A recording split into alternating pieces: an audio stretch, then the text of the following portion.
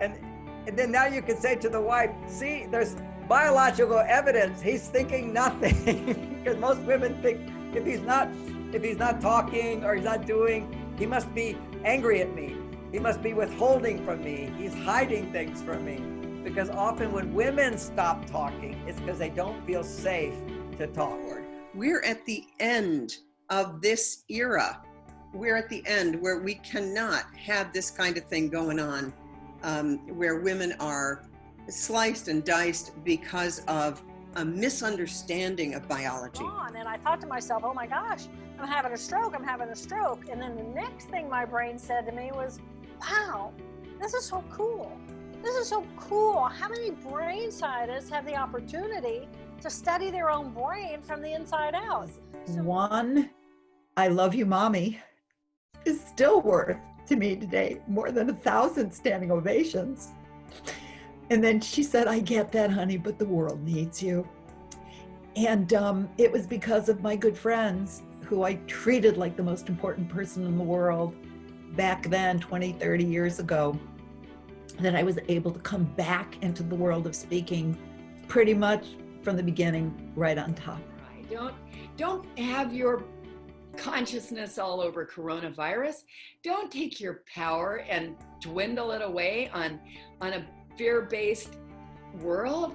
No, be like the guys during the Great Depression that made millions of dollars. If I create my own reality, why would I create an accident or a divorce or, of course, a pandemic?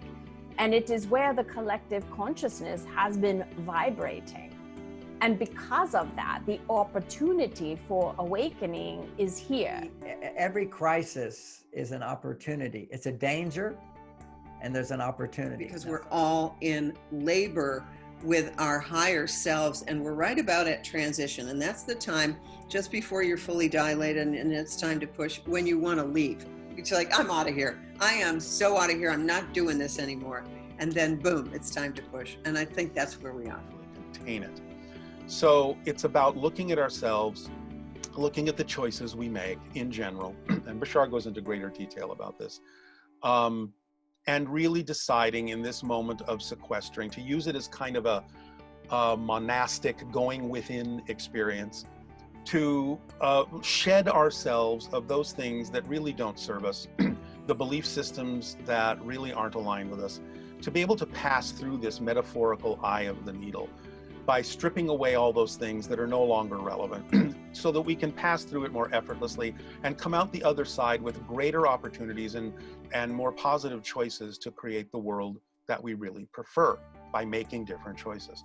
I was just happy. And my mother would look at me and she'd say, child, how can you be so happy? How could you have this happen to you?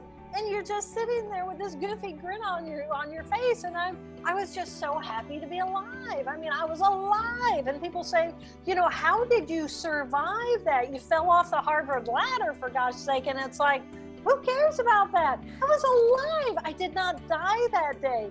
And I had the gift of life, and I almost lost it, and I got it back. I didn't die. I still had it. I was an attorney for 20 years. I don't think I told you that before we. Wow. It gets worse. I was a divorce attorney. Oh, wow. That's hilarious. Well, there's a shift. Right, exactly. Well, that's why the name of my book is The Journey to Happy, because it was all a shift of going from, you know, wow, I don't want to live like this anymore. Yeah, and then finding the ways of knowing how to finally bring balance into our lives. So there's a tendency in women is, if I'm not getting what I need, to make it a bigger problem, which is why I loved how you introduced what you do, is there is no problem. Right. I was divorcing people for 20 years, and now I've been helping people stay together for almost 20 years. So I figure my karma is almost balanced out. Payback time. That's great. Right, exactly. You have to follow the impulses of your heart. Your mind could lead you astray, because your mind looks for what's wrong. Your mind looks for what won't work. Your mind looks for, you know, why should I trust that person? Your mind separates, but your heart looks for what's right. Your heart looks for what's true. Your heart looks for what's the same about you and me. So what will save us? a fearless, loving heart. Oh, good. Well, Yeah. I am just absolutely honored to meet you. I'm just wow, this is so interesting. My heart just burst open the minute. I love it. I love it. Oh, I mean it. I'm just like vibrating all over the place. So, wow, I'm having an absolute, total full-on response to you. So that's wonderful. And, you know, for all of you guys, like, God, what a better time than coronavirus hour. I mean, what a great opportunity to become a super conscious human being. By how? By noticing when you are taking your mind off what you don't, what you want to create, and putting it on what you don't want to create, and then bringing it back.